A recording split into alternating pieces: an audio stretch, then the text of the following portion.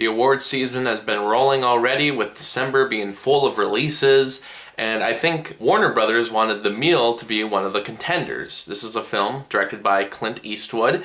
I can't believe he's still making this many movies at the age of 88. He already had one movie this year, very early, the 1517 to Paris. Right now, it's currently my least favorite movie of the entire year, so I was really hoping for a good turnaround with The Mule. And in comparison to his last movie, yeah, I think it's way better. Is it one of his better works, or is it going to get any award recognition? Probably not. Let's talk about it. Clint Eastwood returns to acting. This time around, he plays a man whose family is falling apart, his business just shut down, and he lost his home. So he doesn't really have any other choice than to work for the mafia. Because, of course. I wasn't really sure how the movie was going to pull it off, and organically it still doesn't really make sense. It's really rushed, but they don't linger on it for too long. Most of the movie is just Clint Eastwood driving around, doing the work for the mafia. Meanwhile, we have DEA agents who are trying to figure out the situation, played by Bradley Cooper and Michael Pena. And that's basically the movie. They are trying to follow some clues. Clint Eastwood gets sucked into the business more and more until it leads to a final confrontation. A lot of Clint Eastwood movies lately haven't been really good at finding a way to build a good story arc. The synopsis is always very interesting, but the plot is never driven as much as I'm hoping, and the endings always seem a little anticlimactic. I liked Sully in American Sniper, but they had this same issue.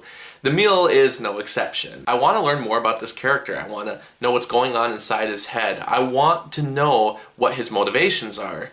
But we never really get a chance to know him. We get scenes where we see his interactions. We see, hey, he's still a kindly old man, but that doesn't mean he can still kick it. Sometimes it goes a little too far.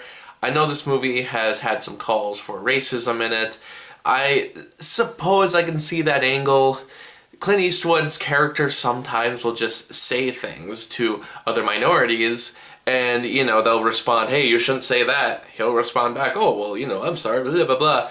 He'll have a conversation like that, and it came across more like, hey, I'm an old white dude in modern America. Just because I make a couple flubs doesn't mean I'm really hateful, right?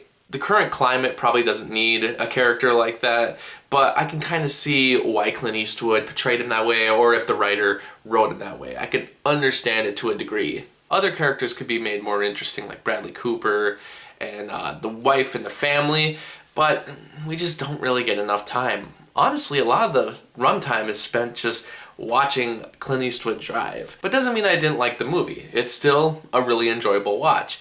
I'm a big sucker for these kind of mafia drug cartel movies. The acting is superb. Sometimes you just want to watch people like Clint Eastwood and Bradley Cooper interact with one another. I like that. And I think the movie will still have its fans. At the core, I think the story accomplished what it was trying to get across.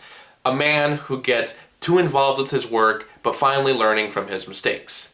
I think it's fine enough of a moral. But if you're hoping for a real interesting character study or a high tense climax, it's not gonna happen. With that, I will give the movie a very slight 3.5 stars out of 5. Thanks for watching the video, and what do you think of Clint Eastwood? Do you think he should still be making movies to this day, or do you think he should just retire and let his filmography speak for itself?